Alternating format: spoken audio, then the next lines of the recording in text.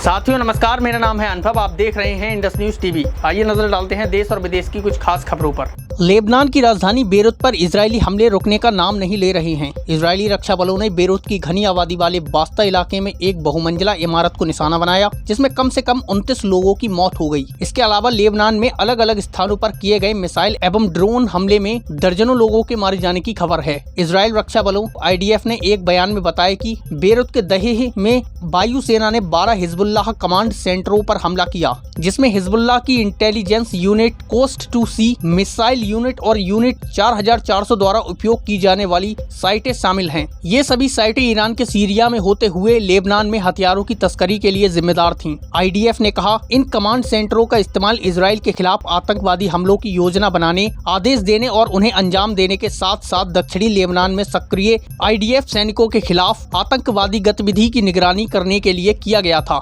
Festival season पर latest collection आ चुका है अपने ही एरिया प्रेम नगर के सियाराम शोरूम पर। सूटिंग शर्टिंग का कपड़ा और readymade shirts, jeans, trouser, coat pant और कुर्ता पजामा के लिए कपड़ा और बेहतरीन सिलाई। आज ही चले आए सियाराम शॉप, पता बसंत सिनेमा के सामने, न्यू मैन टेलर के बराबर में, सूट धर्म कांटे के पास, प्रेमनगर, बरेली, उत्तर प्रदेश। सियाराम शॉप। उत्तर प्रदेश के संभल में हुए बवाल को लेकर पुलिस अब सख्त कार्रवाई कर रही है। पुलिस ने 2 महिलाओं सहित 21 लोगों को हिरासत में ले लिया है। वहीं एहतियात के तौर पर जिले में 24 घंटे के लिए इंटरनेट सेवा बंद कर दी गई है। इसके अलावा स्कूल कॉलेज भी बंद कर दिए गए हैं। जिले में भारी संख्या में पुलिस फोर्स तैनात की गई है। संभल के आसपास के जिलों में भी सुरक्षा की कड़ी व्यवस्था की गई है। आपको बता दें, बीते रविवार को मस्जिद में सर्वे के दौरान हिंसा भड़क गई, जिसमें 3 युवकों की मौत हो गई। झारखंड विधानसभा में हेमंत सोरेन की JMM को मिली बम्पर जीत के बाद अब फाइनल हो गया है कि झारखंड के नए CM हेमंत सोरेन ही होंगे और उनका शपथ ग्रहण समारोह 28 नवंबर को होगा। हेमंत सोरेन ने CM पद से इस्तीफा दे दिया है और वे अब चुनाव में मिली जीत के बाद नए CM के तौर पर शपथ लेंगे। बता दें कि विधानसभा की 81 सीटों में झामुमो नीत इंडिया गठबंधन ने 56 सीटों पर जीत दर्ज की है। यह आंकड़ा 41 के बहुमत से 15 सीट ज्यादा है।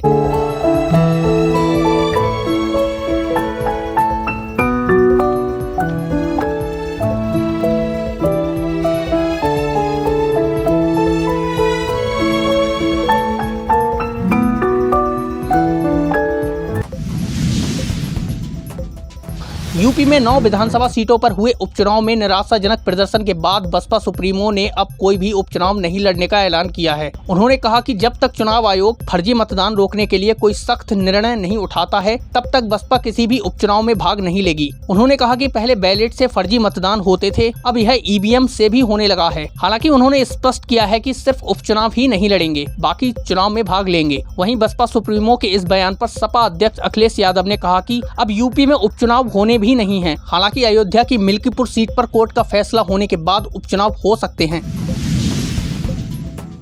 दिल्ली में अब से कुछ ही समय बाद विधानसभा चुनाव का आयोजन होना है। अब चुनाव से ठीक पहले आम आदमी पार्टी के संयोजक अरविंद केजरीवाल ने बड़ा दांव खेला है। केजरीवाल ने दिल्ली के बुजुर्गों के लिए बड़ा ऐलान कर दिया है। केजरीवाल ने बताया है कि दिल्ली में 80,000 नए बुजुर्गों को पेंशन की सौगात मिलेगी। केजरीवाल ने कहा है कि दिल्ली में अब सब रुके हुए काम फिर से शुरू कराएंगे। अरविंद केजरीवाल ने सोमवार को प्रेस कॉन्फ्रेंस की और इसमें बुजुर्गों के लिए बड़ा ऐलान किया। केजरीवाल ने कहा कि वे दिल्ली सरकार की ओर से दिल्ली के बुजुर्गों के लिए अच्छी खबर लेकर आए हैं। सरकार 80,000 नए बुजुर्गों को पेंशन देने जा रही है। केजरीवाल ने बताया है कि दिल्ली में अब 5,30,000 बुजुर्गों को पेंशन मिलेगी। साथियों, हमारा ये बुलेटिन आपको कैसा लगा, आप हमें कमेंट कर जरूर बताइए। वीडियो अगर फेसबुक पर देख रहे हो तो ज्यादा से ज्यादा शेयर करें, लाइक करें, पेज को फॉलो करें। साथ ही अगर वीडियो यूट्यूब पर देख रहे हो तो हमारे चैनल को सब्सक्राइब जरूर कर ले। नमस्कार, धन्यवाद।